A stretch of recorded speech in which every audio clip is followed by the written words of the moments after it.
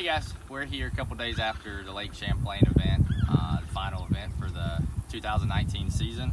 To give you a little real quick rundown on how I caught them. I was able to finish. I was fortunate I finished 49th.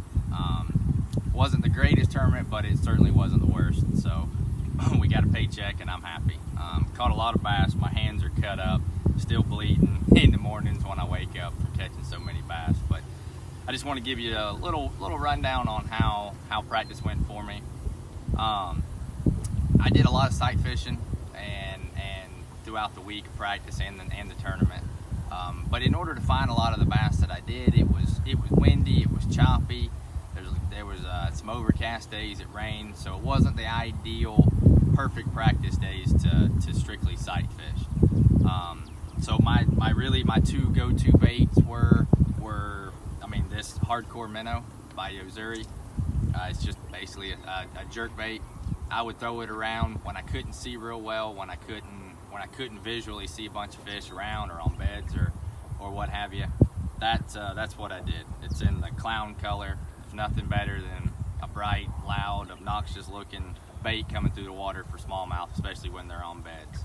I caught several of the fish that I weighed in throughout the week on it. So that was really a good bait for me. When it slicked off, which the tournament we had several hours every day, and at least one practice day where it was dead slick calm. You could really sight fish. You could really move around and locate them on beds. And for me, when it got like that, I would take the 3DB popper by Yozuri. I would make long casts with it on 30-pound braid. Make as long a cast as I can. As I'm looking, trolling around, zigzagging, I would just steady pop it. And I found some of my better ones that would come up and explode on it. I'd actually catch them during practice. I caught a few during the tournament, just looking, just fishing. Instead of just sight fishing, zigzagging in and out, looking for them on beds, I was able to keep a bait wet and steady, and improve my bag each day by throwing this. And it's pretty cool catching smallmouth on topwater in general. And then the ones that I had located in practice, the ones that I found throughout the week during the tournament and stuff, I exclusively threw this bruiser bait. It's a new Ned head by Bruiser Bait and a new little bait that we've come out with. I've caught a lot of bass on it this year. Caught a lot of smallmouth on it, at Cherokee and at Champlain. It's been kind of a staple in my arsenal, all year long. And the bait will be out this year at ICAST. It's new. We don't even have a name for it yet. I think we're letting the public kind of name it. So, but check it out. It's definitely a fish catcher.